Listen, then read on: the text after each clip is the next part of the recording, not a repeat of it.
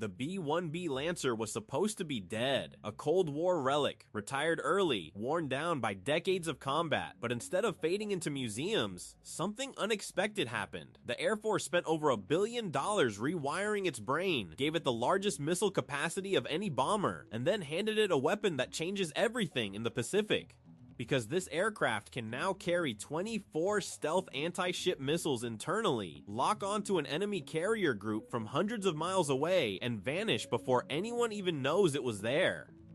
That aircraft isn't some next-generation stealth bomber fresh off the assembly line. It's the B-1B Lancer, built in the 1980s. And just 10 years ago, it was literally falling apart from overuse. Its transformation from a broken-down conventional workhorse into the most critical Pacific deterrent is a story of engineering desperation, strategic necessity, and a weapon that completely rewrote the rules of naval warfare. To understand how a bomber that first flew when Jimmy Carter was president now carries the missile that keeps Chinese admirals up at night, you have to rewind to the Cold War. The B-1 was originally built for a single terrifying mission: fly low and fast under Soviet radar, penetrate deep into enemy territory, and deliver nuclear bombs.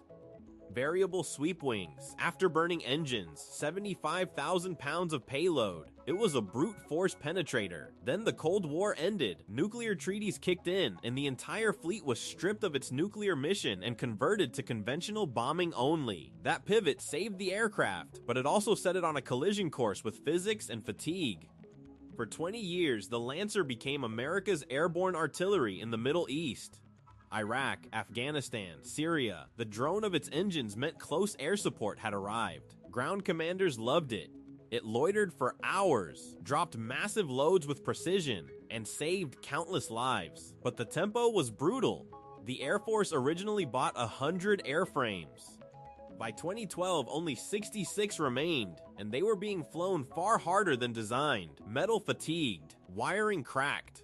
Aircraft that could once hit Mach 1.25 were now restricted from flying supersonic at all. The fleet was literally being flown to death.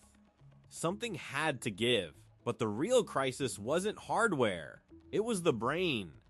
The B-1's cockpit was still using mid-80s technology. Data links were limited. Crews couldn't communicate with fifth-generation fighters like the F-35. In a modern battle network, it was a disconnected island. And in the Pacific, where the next great fight was expected, disconnected meant dead. China's anti-access strategy relies on thousands of missiles and layered radar to push US forces back from the coast. To survive that environment, a bomber needs to see, share, and kill without ever entering the kill zone. The old Lancer couldn't do that. So the Air Force made a choice that shocked analysts. Instead of retiring the B-1 to make room for the new B-21 Raider, they decided to rebuild it from the inside out. The program was called Integrated Battle Station, and it was the most ambitious retrofit ever attempted on a combat aircraft. 8 years, 62 bombers, $1.25 billion. Engineers at Tinker Air Force Base didn't just upgrade the Lancer, they cracked open its skull and replaced the entire cognitive system. Each aircraft received 17,000 individual parts and 13 miles of new wiring. The old analog dials and monochrome screens in the cockpit were ripped out and replaced with an all-digital glass cockpit, the kind you'd expect inside a brand new fighter jet. But the real transformation happened below the surface. A new fully integrated data link suddenly let the B-1 talk directly to fifth-generation platforms. For the first time, the Lancer could see what an F-35 saw, could pass targeting data instantly, could coordinate strikes without radio chatter. It was no longer a disconnected bomb truck. It became a node in a kill web. A central integrated test system replaced the archaic troubleshooting process, which used to take hours of manual diagnostics. With real-time fault detection, ground crews could now pinpoint failures in minutes. Mission readiness skyrocketed. But there was a problem. The brain was new, but the nervous system was still obsolete. That's where Beast came in. The B-1 Embracing Agile Scheduling Team program launched out of Dyess Air Force Base in 2023. The first modified Lancer took flight on September 8th, and the difference was immediate. Beast completely rewired how the aircraft communicates, identifies threats, and defends itself. An upgraded identification friend or foe system means the crew knows instantly whether a blip on the screen is an ally or a hostile. Link 16 tactical data communications were installed, pulling the bomber deeper into the joint battle network. Secure voice and data upgrades mean even when jamming is intense, the Lancer stays connected.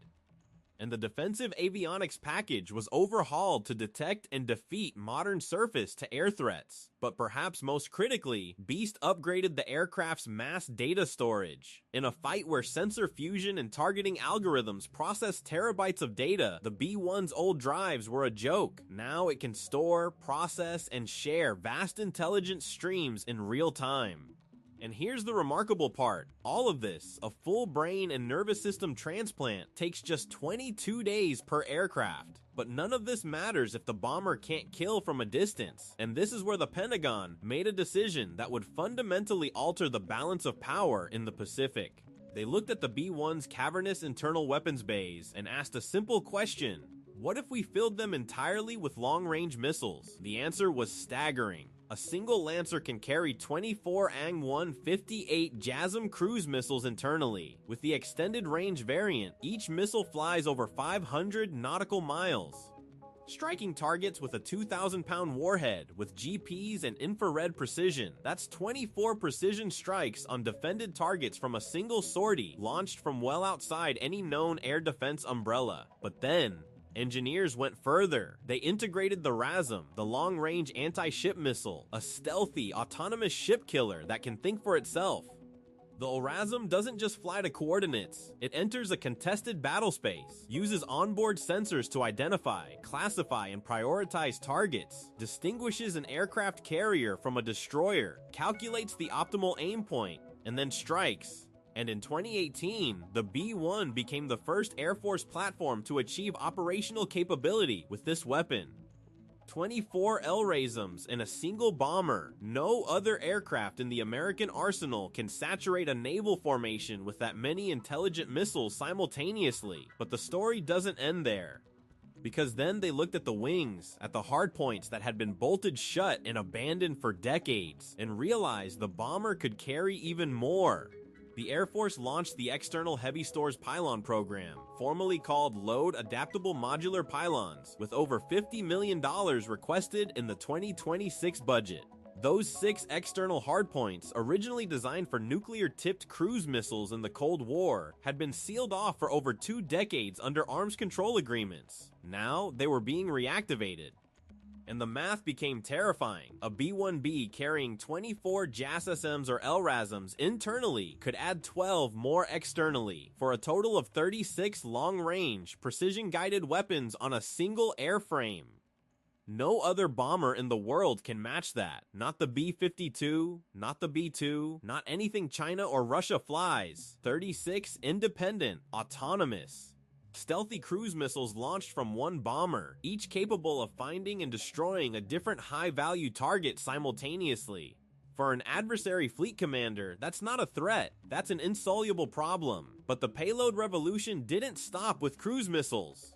In April 2026, the Air Force released the first ever imagery of a B-1B carrying the ANG-183 air-launched rapid response weapon under its wing. A hypersonic boost glide vehicle that reaches speeds above Mach 5, maneuvers unpredictably, and defeats every existing missile defense system. The B-1 can carry up to 6 of these weapons, each loaded on a single pylon, turning a conventional bomber into a hypersonic strike platform. And because the missile is launched from an already fast-moving aircraft, its kinetic advantage compounds. The weapon arrives on target not in hours, not in minutes, but in the time it takes an air defense operator to react. Terminal phase impact happens before a ship can maneuver, before a command and control node can be evacuated, before a radar site can alert higher headquarters. The B-1 had crossed a threshold from bomb truck to strategic standoff arsenal, and the Pentagon wasn't hiding it. Here's where it gets even more consequential. The B-1 was never supposed to be the centerpiece of Pacific deterrence. That role belonged to the B-21 Raider, the next-generation stealth bomber still years away from fleet maturity. But while the B-21 program progresses, the Lancer is filling a gap that no other asset can. Its combination of range, speed, internal and external payload, networking, and now hypersonic integration makes it uniquely suited for the vast distances of the Indo-Pacific. From Andersen Air Force Base on Guam or forward deployed locations in Japan, a single Lancer can reach deep into contested waters, saturate a surface action group with multiple missile types, then turn and egress at high subsonic speed, all while remaining data linked to the broader joint force. The upgrade programs didn't just extend the B-1's life. They gave it a third act that no one in the defense establishment predicted, and that third act carries profound strategic implications. China's entire naval modernization is built around layered defense, destroyers with long-range surface-to-air missiles, carrier groups, shore-based anti-ship systems, and a network of over-the-horizon radars designed to detect and intercept approaching bombers before they can launch. But a B-1B approaching at altitude, loaded with 36 stealthy missiles that go active only after the bomber has released them, collapses the reaction timeline to near zero. A carrier group that might have minutes to defend against a massed attack now has seconds. Every missile in the air demands a dedicated interceptor, and the defending force simply runs out of magazine depth. The Lancer doesn't just kill ships, it exhausts the enemy's ability to protect them. The numbers alone tell the story. Only 45 Lancers remain operational, down from the original 100, but each one now represents a magazine depth that entire squadrons of fighters cannot match. A 4-ship formation of B-1s can theoretically launch over 100 standoff weapons in a single coordinated strike, opening corridors for follow on forces or dismantling integrated air defenses before the main fight even begins. This is the kind of mass effect that has driven the Air Force to invest billions in keeping these bombers flying to at least 2037.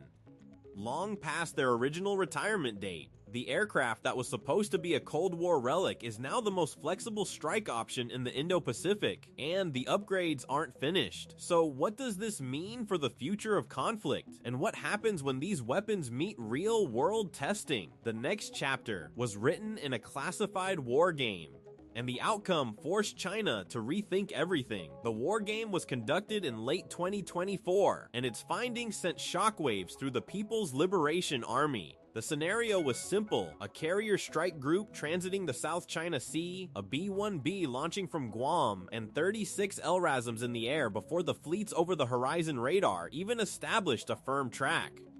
The destroyers fired every interceptor they carried, but the RASM's low radar cross-section and autonomous terminal logic saturated the defensive envelope in under 40 seconds. 2 cruisers were struck simultaneously, the carrier took 3 hits, and the entire formation lost command and control. Post-exercise analysis concluded that a single Lancer, properly positioned and networked, could mission kill a surface action group that cost more than the entire B-1B program. The conclusion was inescapable. The anti-access fortress China had spent 2 decades building now had a door. That door opens wider when you consider the hypersonic option. The Ang-1 83 Arrow isn't just fast, it's unpredictable. Ballistic missiles follow arcs that radars can calculate and intercept. A hypersonic boost glide vehicle maneuvers continuously, shifting its trajectory by hundreds of meters per second, making any intercept solution obsolete the moment it's computed.